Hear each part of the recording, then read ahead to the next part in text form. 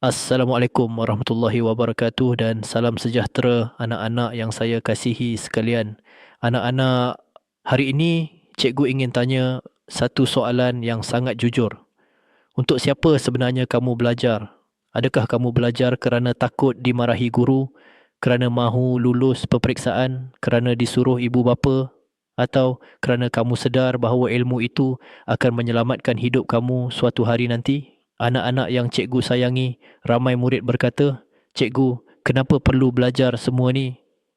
Tak guna pun dalam hidup. Bila dewasa nanti, tak pakai pun."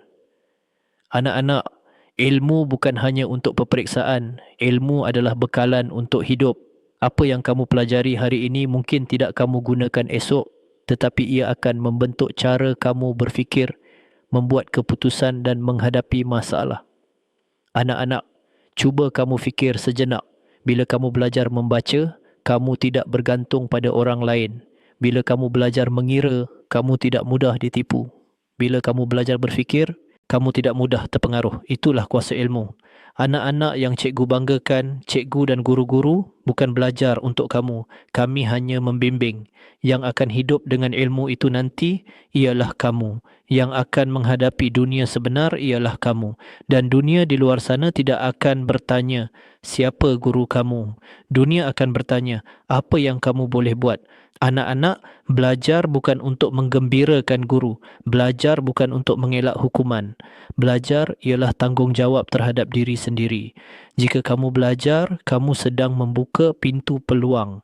Jika kamu malas belajar, kamu sedang menutup pintu masa depan dengan tangan kamu sendiri. Anak-anak yang cikgu kasihi, cikgu tahu, belajar itu penat. Belajar itu bosan. Belajar itu susah. Tetapi dengar ini baik-baik, kesusahan belajar hanya sementara. Kesusahan hidup tanpa ilmu boleh kekal selamanya. Pilihlah penat yang betul. Anak-anak yang cikgu banggakan, hari ini cikgu tidak mahu kamu belajar kerana takut. Cikgu mahu kamu belajar kerana faham tujuan. Belajar supaya kamu boleh berdikari. Belajar supaya kamu boleh memilih jalan hidup. Belajar supaya kamu boleh membantu keluarga.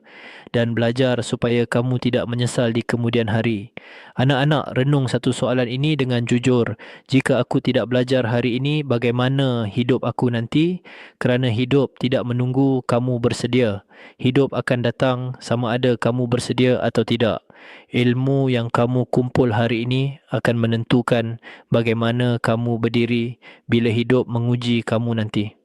Akhir kata anak-anak yang cikgu kasihi, simpan ayat ini dalam hati kamu. Belajar bukan untuk guru, tetapi untuk hidup kamu sendiri.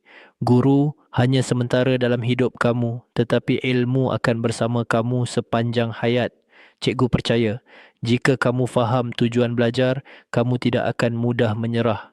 Jika ucapan ini bermanfaat, jangan lupa subscribe channel Pengetua supaya lebih banyak kata-kata motivasi dapat membimbing kamu menuju masa depan yang lebih baik. Sekian, wabillahi taufik wal hidayah. Assalamualaikum warahmatullahi wabarakatuh.